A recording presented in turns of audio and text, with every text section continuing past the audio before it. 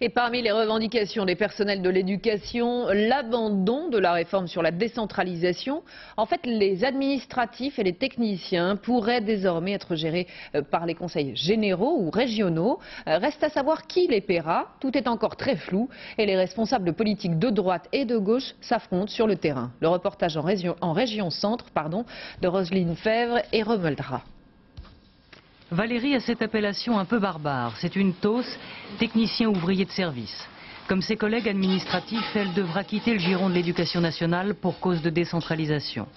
Si le texte est adopté en janvier 2004, son nouveau patron sera le département du Loiret. Mais en attendant, même si elle garde le sourire, Valérie ne sait rien sur son avenir. À ce jour, on n'a aucun document écrit. On ne sait pas ce qu'on va devenir. Est-ce qu'on va rester réellement dans le même établissement, assurer les mêmes fonctions que nous avons aujourd'hui, c'est-à-dire au niveau des élèves, au niveau des professeurs, au niveau de la direction? La principale du collège, dont les bâtiments sont déjà gérés par le conseil général, suit ses employés dans l'inquiétude et les interrogations. Elle n'a reçu aucune directive et se demande aussi comment elle va diriger une équipe dont elle ne sera plus responsable. Ça sera compliqué. On le voit déjà pour certains personnels qui viennent travailler chez nous, qui ne dépendent pas de nous-mêmes et à qui effectivement il est difficile parfois de donner une directive, un pilotage parce qu'effectivement ils ne sont pas sous notre propre autorité. Le nouveau patron le voici, c'est le président du conseil général. Sénateur UMP, il est tout acquis à la cause de la décentralisation. Il trouve à cette réforme toutes les vertus. Dans bien des domaines, on a démontré qu'on était beaucoup plus performant que l'État. Et ça n'est pas péjoratif de le dire, mais on ne peut pas gérer 1 200 000 fonctionnaires de loin. Nous, 2000 personnes de près, ça ne pose aucune difficulté.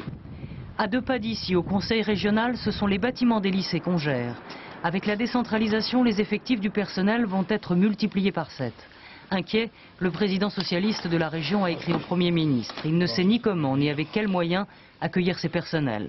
Il menace donc de faire la grève de la décentralisation, car il redoute de devoir augmenter les impôts. Nous aurons à assumer une charge financière plus importante que le transfert de moyens qui sera effectué. Ce qui veut dire que je serai conduit, si je ne suis pas capable de faire des économies par ailleurs, conduit à augmenter l'impôt du contribuable régional. La décentralisation, c'est tout autre chose.